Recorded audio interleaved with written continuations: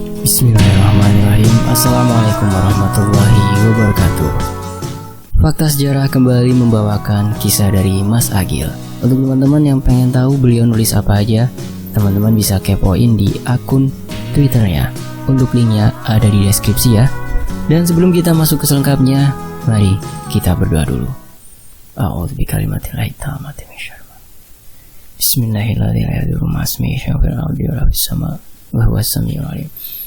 Allahumma sholli ala sayyidina Muhammad sallallahu alaihi wasallam.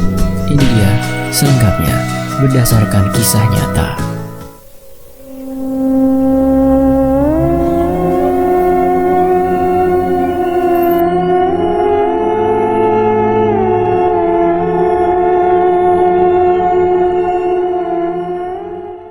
Magelang pertengahan tahun 1990. Sudah 3 tahun terakhir sejak ayahku meninggal. Ibu sakit dengan awal jatuh di kamar mandi, lalu perlahan menjadi stroke. Hanya bisa berbaring di ranjang dan bicara pun mulai sulit. Aku anak tunggal yang masih remaja 20 tahun waktu itu, mencoba tetap tegar merawat ibu. Untung masih ada pembantu. Di masa bugarnya, ibuku adalah orang yang bisa dibilang cukup disiplin, tegas, bersih, dan mandiri. Maklum, kakekku adalah seorang tentara. Semenjak sakit, ibu menjadi pemarah. Mungkin karena kesal, tidak bisa melakukan apa-apa sendiri. Kadang suka teriak-teriak, menumpahkan minum di sebelahnya. Ketika kita nih, saya atau pembantu telat melayani yang dia mau. Tapi ada yang aneh di sini. Walaupun sakit, ibu makannya lahap sekali, banyak. Bahkan bisa dibilang lebih banyak dari orang normal. Aku heran, tapi aku gak mau mikir aneh-aneh. Mungkin itu pertanda menuju kesehatannya, batinku. Tapi lama-kelamaan semakin aneh. Jadi kaki ibuku kan lumpuh. Tapi pernah beberapa kali saat malam kakinya kejang dan mendang-nendang sambil berteriak seperti berbicara tapi tidak jelas. Suaranya parau dan cukup mengerikan. Kejadian itu berulang beberapa kali. Di suatu pagi seperti biasa pembantuku selalu mengajak ibuku jalan-jalan dengan kursi roda. Waktu itu aku lagi di kamar. "Mbak, tolong ini ibu dijagain dulu di teras. Saya mau ke dapur matiin kompor," kata pembantuku dari luar. Aku pun bergegas menghampiri ke teras. Tapi ibuku tidak ada. Aku panggil-panggil si Mbok nih pembantu. "Mbok, ibu di mana toh?" "Oh, ndak ada di teras." Si Mbok pun berlari menghampiriku. "Loh, tadi di sini." "Sudah saya kunci loh rodanya. Ndak mungkin ibu berjalan dengan kursi rodanya." Kita pun mencari sampai ke depan rumah. Tapi gerbang depan rumah masih terkunci rapat. Panik sekali waktu itu. Kami muter-muter, dan ketika sampai di dapur, kami mendengar suara. Dari lantai 2, kami hampiri, dan ibu ada di situ, dengan setengah kepalanya terkibas-kibas oleh spray yang sedang dijemur. Lantai 2 emang cuma tempat untuk menjemur pakaian, tapi yang jadi pertanyaan adalah, bagaimana ibu bisa berada di situ dengan kursi rodanya? Sungguh di luar logika. Tapi inilah yang terjadi, dan saya tidak mengada-ada. Aku pun mencoba mengadu dengan pamanku, adik dari ibuku. Kuceritakanlah semua keanehan itu. Tapi dengan santainya, beliau menjawab, "Walah, kuiki mergo sing melu ibumu. Itu disebabkan oleh sesuatu yang ikut ibuku." Jadi yang aku tahu selama ini keluarga kami adalah Katolik yang cukup konservatif. Itu setahuku. Sampai kejadian demi kejadian ini berlangsung, ternyata aku tidak tahu mereka juga masih menganut aliran kejawen yang kental. Itu kata pamanku. Paman bilang sejak aku lahir, ibu memutuskan untuk menjauh, atau lebih tepatnya menyembunyikan klinik dari aku, dengan berbagai macam alasannya yang sangat kusut untuk dijelaskan. Mungkin setelah ibu sakit, dia tak lagi bisa menyembunyikan sesuatu itu, kata pamanku. Penjelasan itu tak ada solusi sama sekali, bahkan malah membuatku menjadi semakin takut Dan keanehan-keanehan pun masih terus terjadi sampai aku seperti semakin tak mengenali ibuku. Ibu seperti orang lain. Hari berlalu, timbul rasa iba. Sepertinya ibuku sangat menderita. Kadang terbesit, ambil saja nyawanya Tuhan. Aku tak sanggup melihat ibuku seperti ini. Badannya mengurus, perangainya pun sudah tak ku kenali. Tapi di sisi lain, aku juga berat kehilangannya. Tapi ternyata doaku didengar Tuhan. Malam itu tak seperti biasanya. Senyap, hening, sepi sekali. Kebetulan Simbo sudah 2 hari ini pulang awal karena suaminya masuk angin. Jadi, aku lebih intens mengurus ibu. Dan anehnya malam itu, ibu sangat tenang. Tidak rewel seperti biasanya. Pertanda baik batinku. Sekira jam 21 setelah menunggu ibu tertidur, aku pun masuk kamar. Kurebahkan badan, tapi ketika aku mulai mengantuk, tiba-tiba tercium bau wangi melati. Seperti mengibas kencang di hidungku, kemudian hilang. Karena aku capek, aku biarkan saja. Aku pun melanjutkan tidurku, dan tengah malam aku mengalami ketindihan. Di situ aku seperti melihat wanita berkebaya merah. Wajahnya ayu, namun tua. Dia mendekat dan mencengkram ikar bajuku sambil berkata, "Bangun, bangun, ibumu sudah saatnya." Begitu katanya. Matanya merah melotot dan berkata itu terus-menerus, seraya menarikku, seakan mengajakku untuk segera beranjak dari tempat tidurku. Dan aku pun terbangun. Tanpa berpikir lagi, aku langsung berlari menuju kamar ibuku. Kupeluk ibuku yang ternyata sudah dingin dan kaku. Ibuku sudah tidak sakit lagi. Sudah 2 tahun berlalu sejak ibuku meninggal. Aku sudah jarang ke gereja. Tak pernah memegang rosario. Aku merasa Tuhan begitu kejam. Yang aku lakukan setiap minggunya hanya menangis di depan makam ibuku dan kakak-kakakku. Sebagai informasi, harusnya kami 5 bersaudara. Tapi kakak-kakakku semua tidak berhasil hidup. Mereka meninggal saat masih bayi dan dalam kandungan. Ekawati, Dwiwati, Triwati, 3 kakak perempuanku yang meninggal dalam kandungan, dan Caturiyatno, kakak laki-lakiku yang meninggal di umur 3 hari. Dan akulah Pancawati yang berhasil dibesarkan oleh bapak dan ibu. Kembali ke cerita. Sepeninggal ibu, aku tinggal di rumah hanya bersama Simbo atau pembantuku. Aku belum bekerja, rasanya malas aja. Aku hanya mengandalkan warisan-warisan dari ibu dan bapak untuk hidup selama ini, yang tentunya suatu saat pasti akan habis. Aku tahu kalau tidak seharusnya aku begini, tapi bagaimana lagi? Semangatku belum ada. Kegiatanku sehari-hari hanya merawat tanaman-tanaman peninggalan ibuku, sampai tiba di hari yang mana akan merubah keadaan ke depan. Suatu siang, waktu itu entah kenapa aku merasa sangat rindu dengan ibuku. Aku pun mulai membongkar lemarinya, mengeluarkan baju-bajunya. Satu persatu bajunya aku keluarkan. Aku lihat-lihat dan sesekali aku memeluknya. Tibalah di lipatan baju terakhir. Ketika aku mengeluarkannya, tidak sengaja ada sesuatu yang terjatuh. Aku ambil itu. Sesuatu itu terbungkus sapu tangan dengan rapi. Aku yang penasaran pun membukanya. Isinya adalah 1 tusuk konde yang terikat dengan simpul tali putih. Aku lihat-lihat dan aku buka simpulan tali itu. Setelah aku membukanya, tiba-tiba saja seperti ada angin kencang yang meniup wajahku. Di situ aku kaget dan barang itu pun terjatuh. Seketika sekujur tubuhku merinding.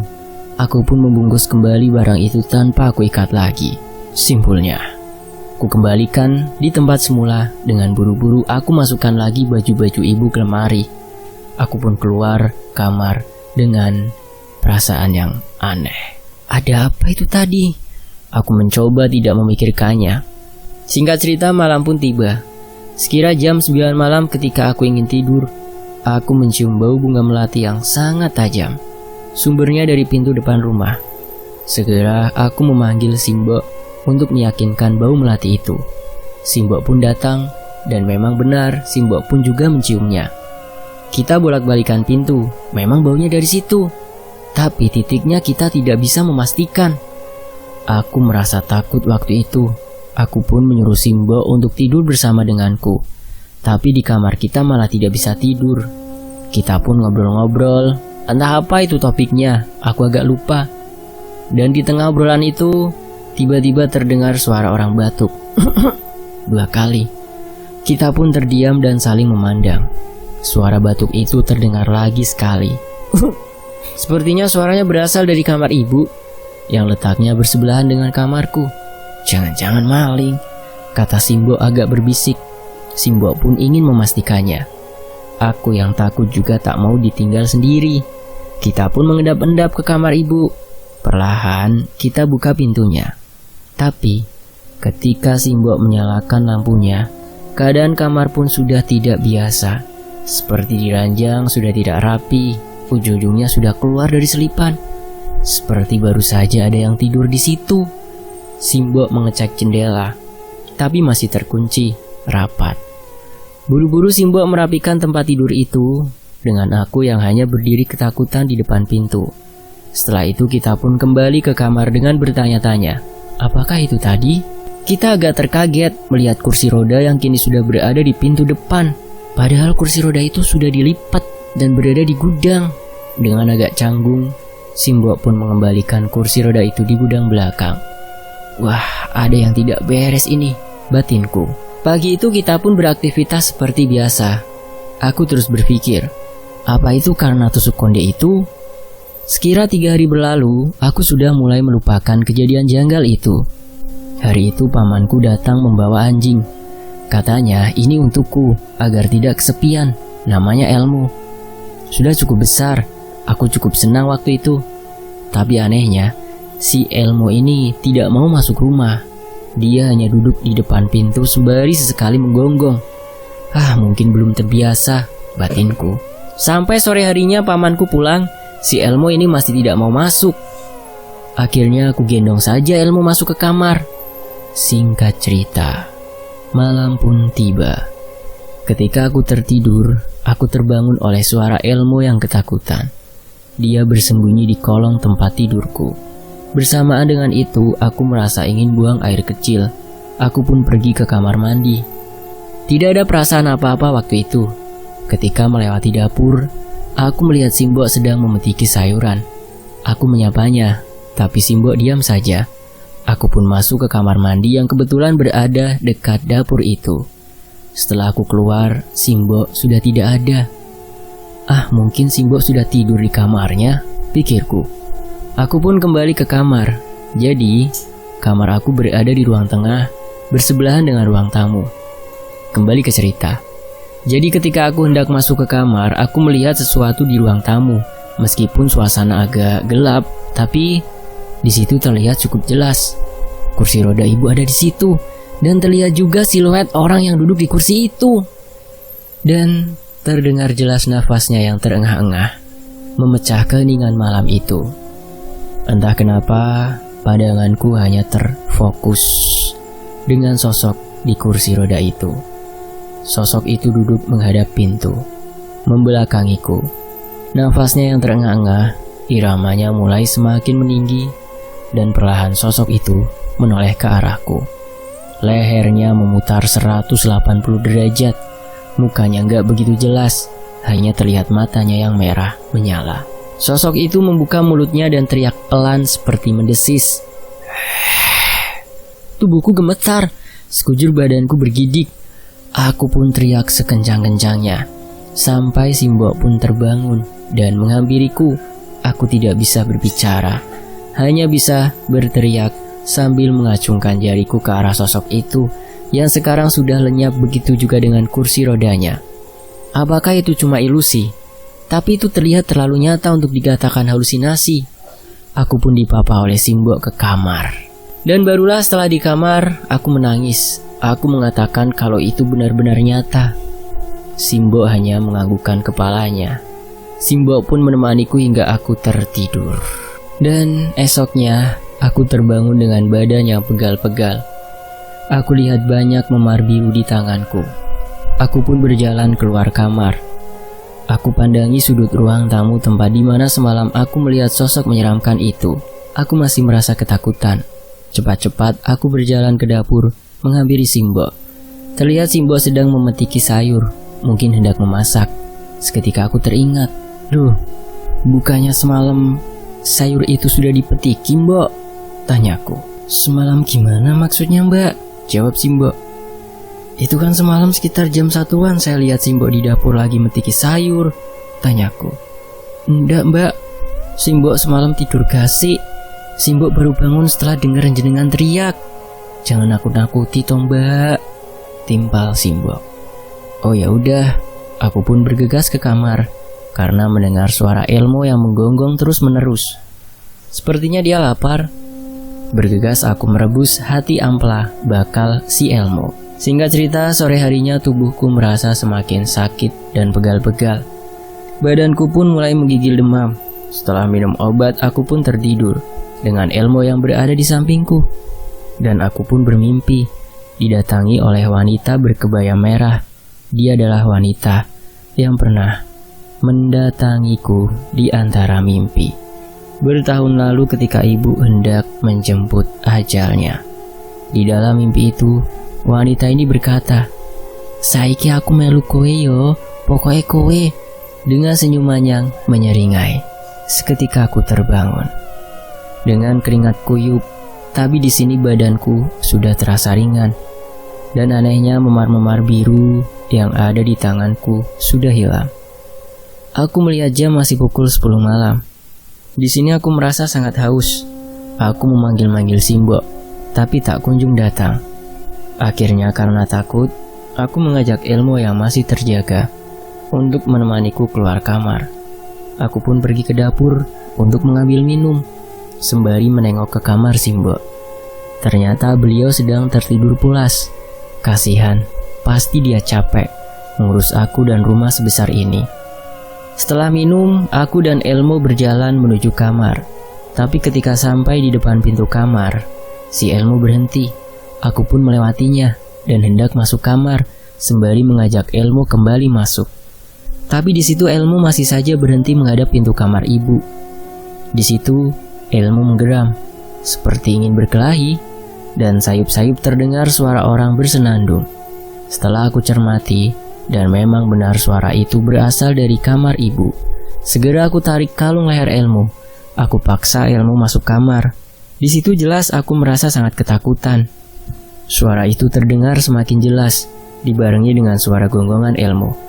Aku jongkok di atas ranjang. Kupejamkan mata dan kututup kedua telinga rapat-rapat. Hingga akhirnya Simbo datang. Seketika Simbo langsung ikut masuk dan mengunci pintu. Di situ terlihat Simbo juga ketakutan. Simbo cerita, tadi ada yang menyeret kakinya ketika tidur. Kita berdua meringkuk ketakutan di kamar. Sementara Elmo masih saja terus menggonggong. Tapi perlahan suara senandung itu hilang. Elmo pun juga berangsur tenang. Tetapi itu tak berlangsung lama. Karena tiba-tiba saja si Elmo mundur mendekati kita. Kik. Elmo seperti ketakutan. Dan di situ terdengar suara langkah kaki di luar kamar. Srek, srek, srek. Langkahnya seperti diseret. Srek, seperti mondar-mandir di depan pintu kamarku. Aku dan Simbo hanya bisa diam saling pandang. Terlihat mata Simbo sudah berkaca-kaca. Dia sangat ketakutan. Suara langkah kaki itu berlangsung cukup lama, hingga akhirnya suara itu hilang. Tetapi berganti dengan suara ketukan di pintu kamarku. Tok, tok, tok. Iramanya pelan dan lambat, tapi ketukannya keras. Pintu kamarku hingga terlihat bergetar. Di sini akalku sudah buntu. Dan akhirnya aku mengambil rosario. Aku memeluk Bible. Aku berdoa dalam hati. Tuhan, hentikan semua ini. Suara ketukan itu justru semakin keras. Dan suara itu terhenti. Tapi beberapa saat kemudian, pintu kamarku terbuka sendiri dengan pelan, dan terlihat sosok wanita yang melintas. Lagi-lagi wanita berkebaya merah itu, lengkap dengan bawahan jarik, tapi kini dengan rambutnya terurai tak beraturan. Sosok itu berjalan pelan, bahkan sangat pelan, tapi sosok itu tidak menoleh. Setelah sosok itu lewat, pintu kamarku terbanting dengan keras. Aku dan Simbok spontan berteriak, dan di situ Elmo masih mengikik ketakutan. Dengan gemetar aku meraih Elmo dan memeluknya. Aku menangis dengan Rosario di genggamanku. Singkat cerita, sekira 3 hari kemudian, Elmo hilang secara aneh. Waktu itu pagi hari ketika aku terbangun dan memanggil Elmo, tapi tak ada respon. Aku lihat di kolong ranjangku, Elmo tidak ada.